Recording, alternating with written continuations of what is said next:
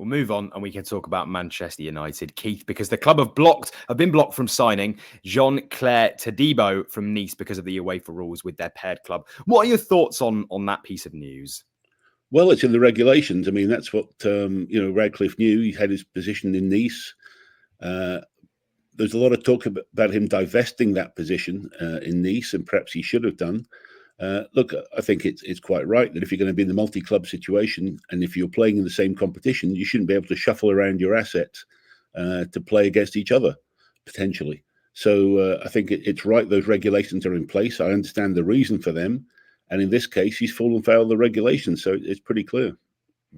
And sort of pick up on that, Keith, do you think that Ratcliffe might be considering selling his stake? I mean, we know he's denied it. He doesn't seem like he wants to potentially, but if the rules sort of persist, if this continues, is there a chance that he actually could sell to focus specifically on Manchester United? I think those are the signs I'm starting to see that he's becoming, as a fan as well, don't forget, as a boyhood fan, he's becoming increasingly fixated with United. And I think he's spending all his time and effort and energy on United problems, of which there are many, as I have documented in weeks before. And he's got his hands full. So I think, yes, I think he would like to move the Nice shareholding. I think what we'll see with many of these multi-club groups is that they've got to have, solve this conflict. And here we are talking about Everton and Roma as well, which falls into this category. It's got to be solving this conflict of clubs within the multi-club group that sit in the same sort of level in their leagues and could potentially play. And it's something that a well-structured MCO has got to try and avoid. Do you think, Keith, that UEFA could sort of stamp down on multi-club ownership and put more limitations in place? What would be the worst possible outcome for the likes of, say, Manchester United or Everton potentially? I don't think they'll go any further. I think they actually quite like the idea. They sort of warmed to it slightly. Of course, the idea of playing, your two teams in the same competition is wrong, and I completely get that. And that's what's got to be clamped down on. This idea of having a blind trust for one of the clubs, that you put your shares into a blind trust while they're playing in the same competition, is an interesting idea. But of course, that can be avoided longer term if you see things happening. Perhaps 6 months ahead, you could perhaps make some moves then ahead of it. So that isn't always the perfect solution.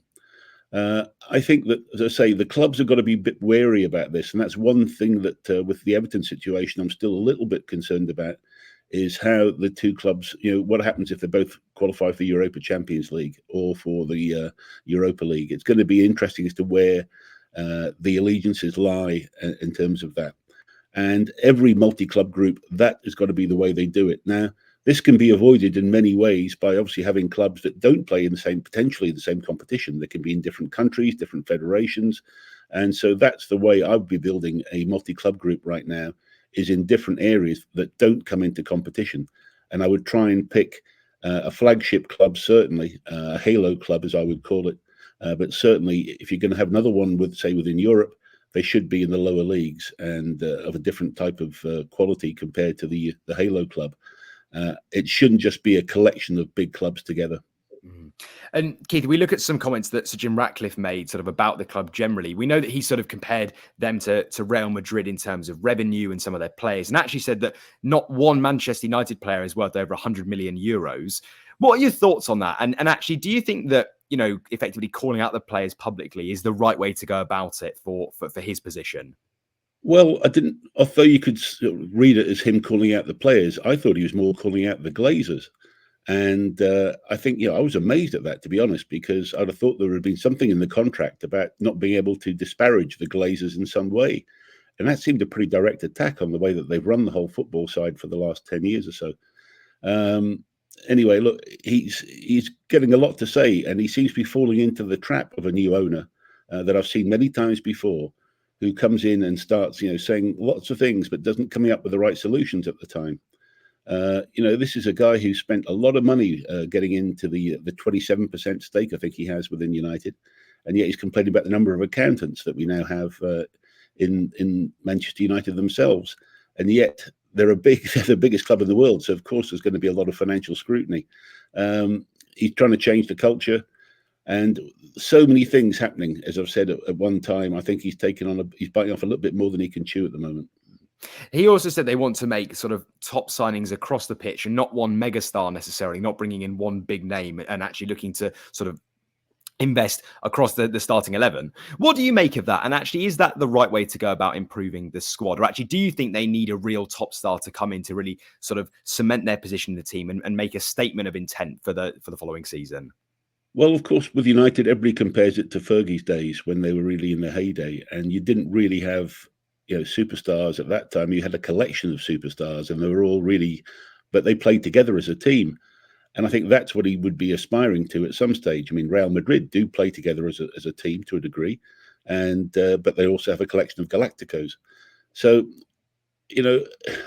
what Mr. Radcliffe is trying to wish for, I think, is going back to the heydays of the Fergie days. But there's a lot of work to do before he gets there. And I think, his pronouncements right now don't help. I think he's got to get on working behind the scenes to get the right team in place. And he should be saying these sort of things internally. But he seems to be attracted to the microphone quite a lot at the moment. And I would caution him, that's not always the best thing to be doing as a new owner. Again, as I've said about the Friedkins, let your actions speak louder than your words. And I think the United fans would appreciate that as well. And to wrap up on that, Keith, I mean, he actually agreed with you because he was worried and warned the Premier League that they could spend more time in court than on the pitch. What do you make of that? And actually, is that a relief that an owner is coming out or a co-owner is coming out and actually saying those things to sort of make it clear to the Premier League that the feeling amongst ownership really is that they're quite disappointed in how it's going at the moment?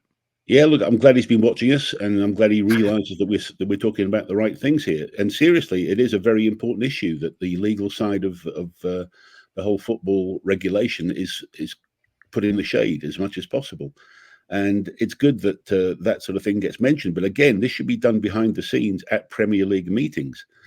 That's the way it should be done, rather than saying anything in public. He's got the power now to have a vote within the Premier League meetings and to lobby other clubs, and that's where it should be getting done. And that's what I'd hope he would be doing. Say, it's all right talking about it and mentioning it, but there's got to be some action, and the clubs have got to get clever about this and stop this legal influx coming in that's just going to pick and choose and create fights just for their own pocketbook. You've just watched a segment from Football Insider's brand new podcast, The Inside Track, with me, Lewis Pearce, alongside the guests on the show. Thanks very much for tuning in. Please do give the video a like, comment your thoughts on the topic, and feel free to share on your social media pages. If you want to listen to the full podcast episode, click the link in the description below. Keep your eyes peeled for plenty more content and exclusives here on The Inside Track.